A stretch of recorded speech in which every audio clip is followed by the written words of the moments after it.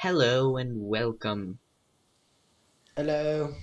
to Illicit Einstein, the name I created from a band. I saw a few comments on the last video, calling us MRA misogynist cunts. That's a lie. That's a lie. We just recorded the last video. We did. But I can tell the future. So You can, and I can guarantee that's going to happen. So look To out. all those people that think you're so smart, we can tell the future. Next is to kill Hitler. Wait, what? Okay, today we're watching the follow-up to the last episode. Yep. This one is comparing the movie to the book. Wanna know my guess? She says the book is better and less sexist, and misogynist. Yep, I also agree, because that's obviously what's going to happen. But Spoilers. We're just gonna start it anyways. In my last video, I took a look at Suzanne Collins' dynamic young protagonist, Katniss Everdeen. Darth Vader is Luke's father. Her character in relation to gender, violence, No! and feminism over the course No.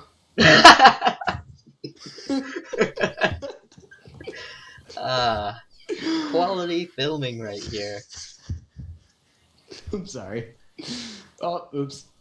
Please. Movie adaptation, directed by Gary Ross and starring Jennifer Lawrence as Katniss, was released in March 2012, and it broke records at the 4 years after the book. proving yet again that women can lead successful don't blockbuster films. Take note, Hollywood. Take note, I had two big Hollywood. concerns going into the movie. Take note, Hollywood. No one has really been doubting that women can lead successful blockbuster movies. Note Kill Bill. Yes.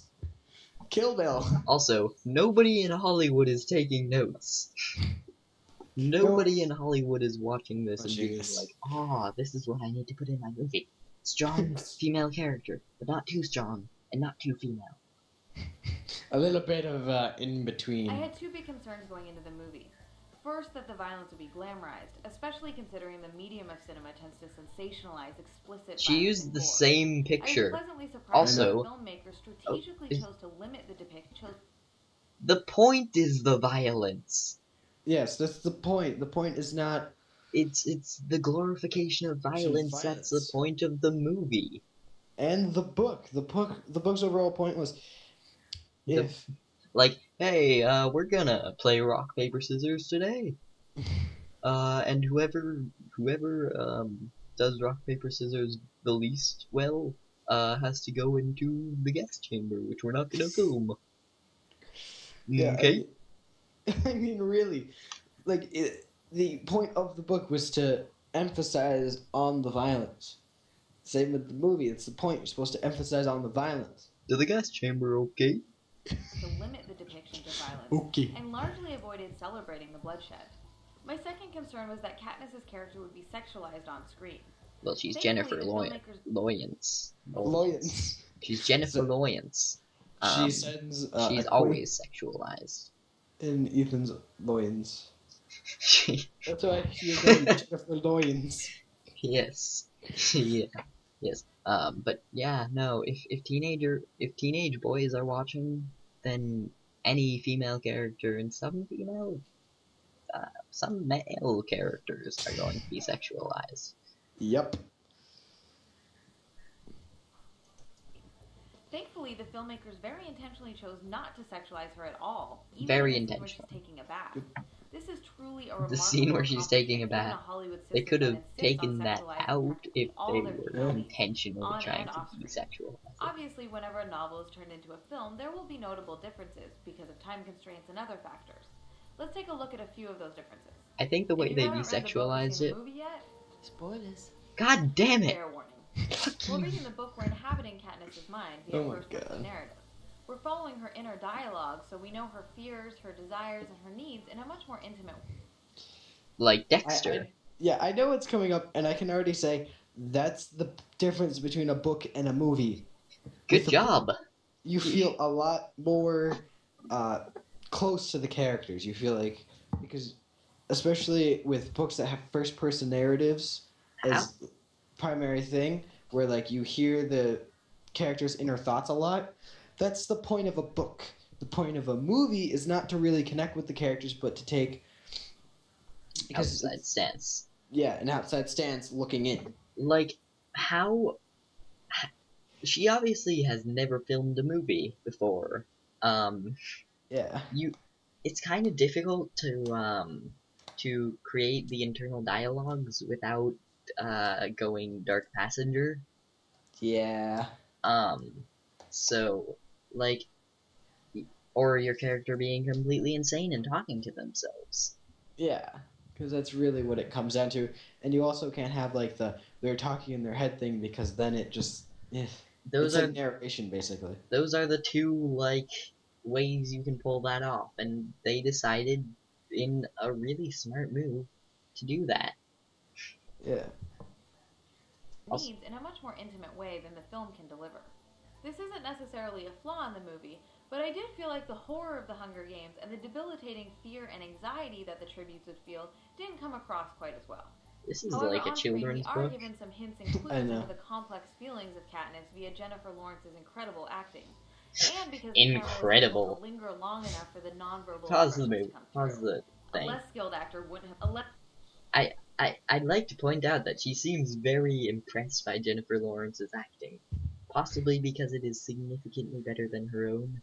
But to be honest, Jennifer Lawrence isn't really that good an actor. Actress. Like, did she say actress? Acting. She said acting. But like, to be perfectly like honest with everyone, she's not that good. She's attractive and she's young and stuff. But she's not a very good actor. It probably comes with that. Like, you just can't really do that. Yeah.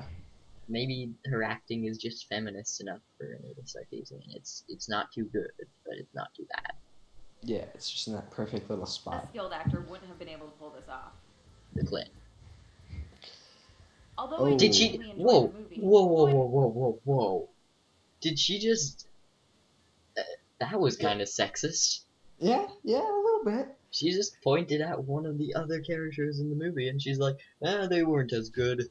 I didn't notice that in the movie, possibly because Jennifer Lawrence isn't that good. Honestly, I would say whoever that was better, but they're not worse. Also, I'd like to point out that was kind of sexist. She's just like, well, that guy's less good. Probably because he was a guy, right? I think that is the, I think that is definitely objectification of men. Definitely.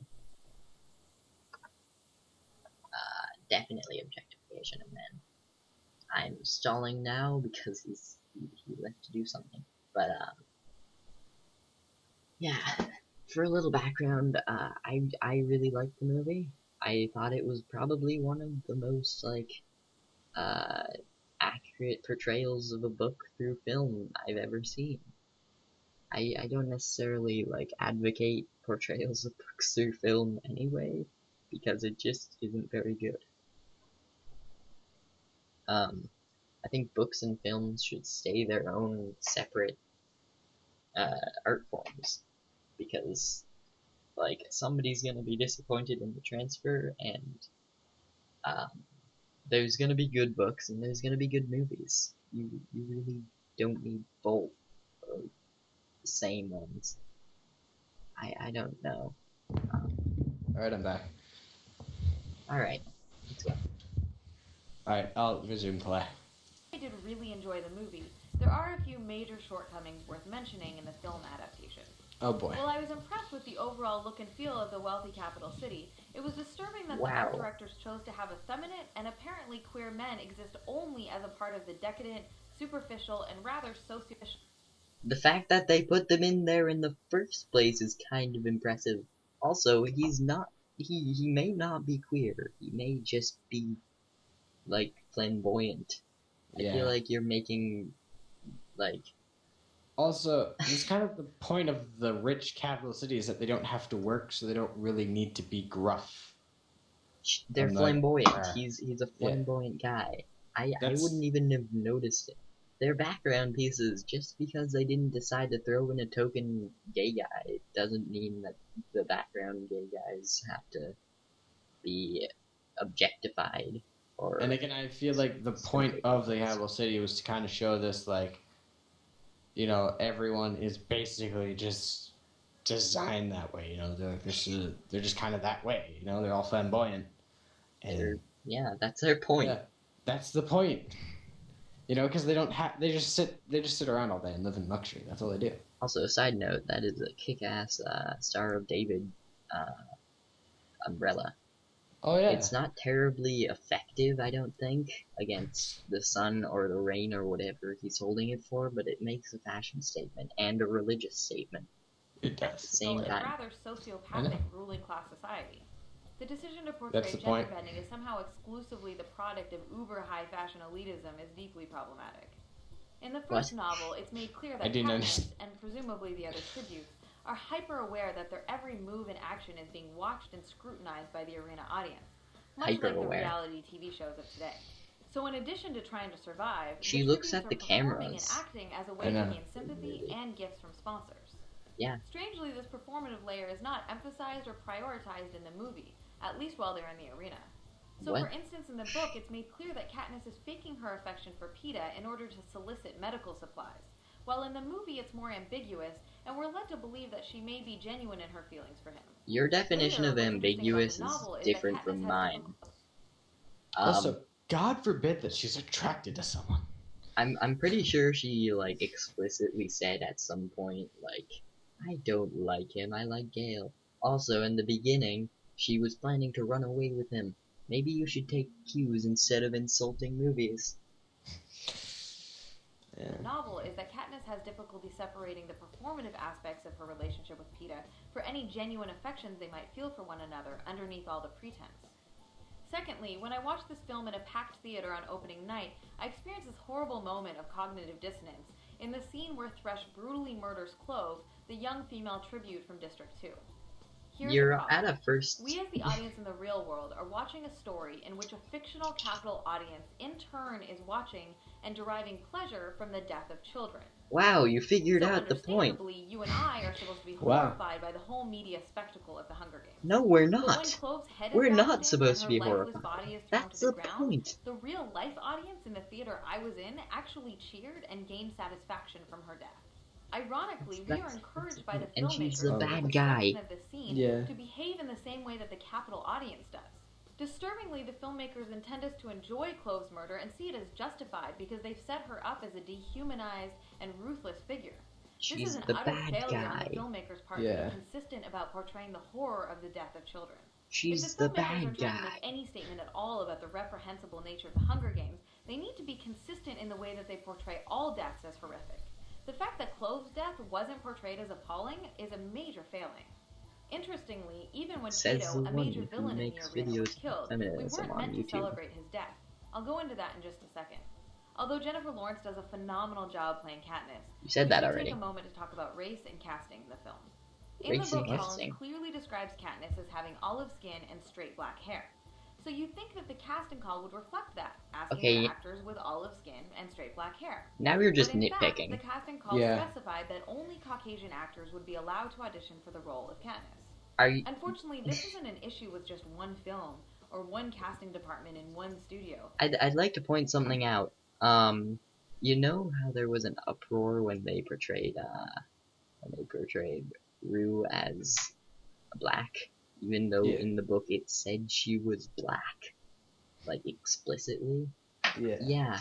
Imagine them having like, I don't know, what's olive skin? I'd say that's like Italian, I guess. Yeah. Yeah. Italian female protagonist. One, there's not if you try and find some really famous actors who are Italian and female and teenagers, it's not really easy. Not And only that, Jennifer Lawrence is freaking like really famous and really, attractive. So Ethan will hammer that in that point as much as he can. Don't worry. I'll hammer in something else. Oh. Okay, Ooh. let's move on before I get a restraining order. Casting department in Yeah. one studio. This is a problem across the board everywhere in Hollywood. And one of the major consequences of this type of systemic whitewashing is that the stories of women of color rarely make it onto the big screen, and actors of color aren't even allowed to audition for most leading roles.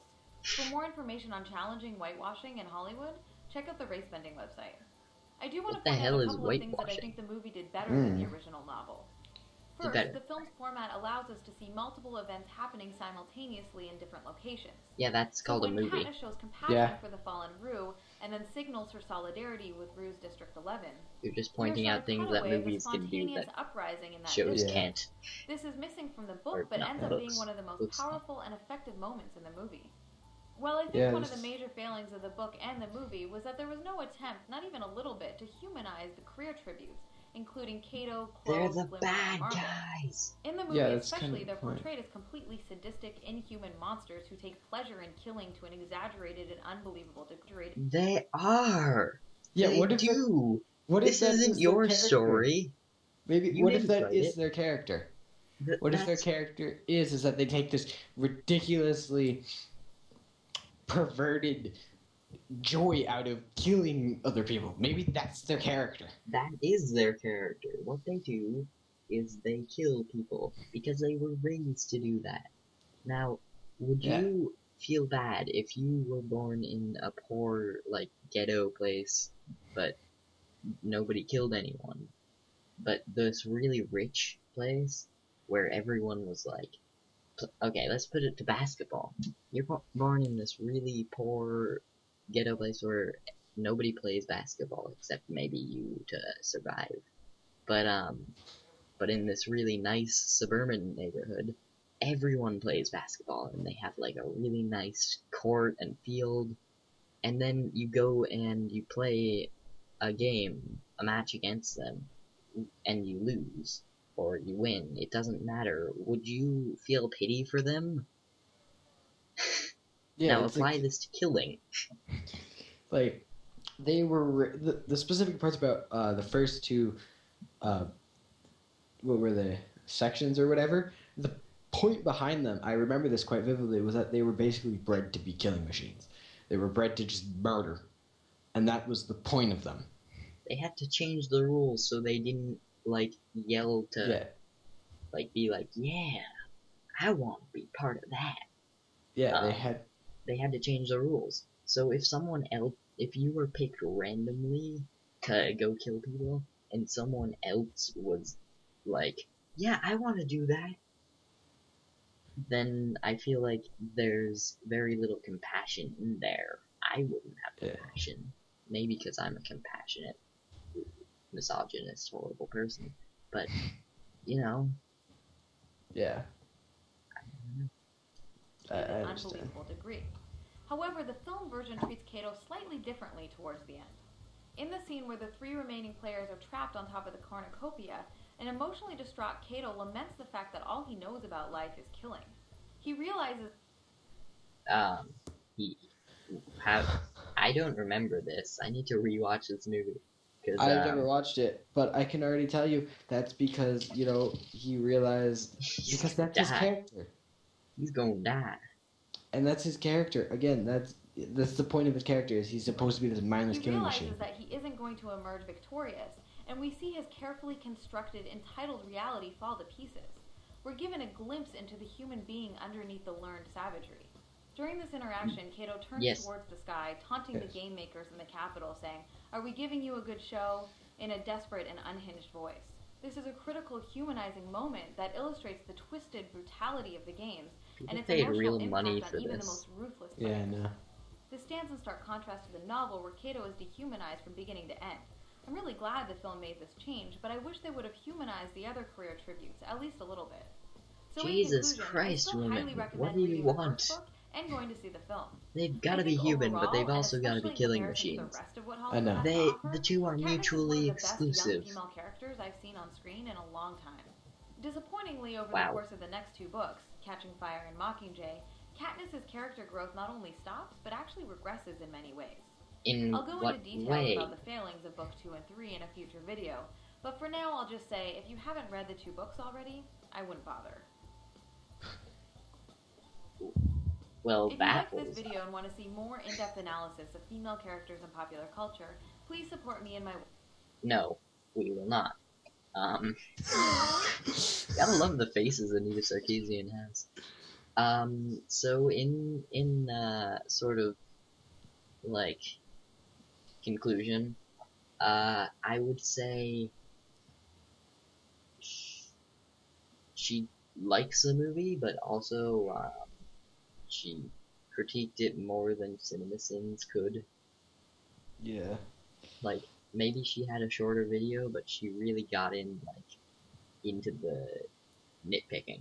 Like, CinemaSins wasn't like, on their casting sheet they were like, you can only be white. I mean, maybe because he's lazy, but still. He might just be lazy, but at least he's not a terrible person.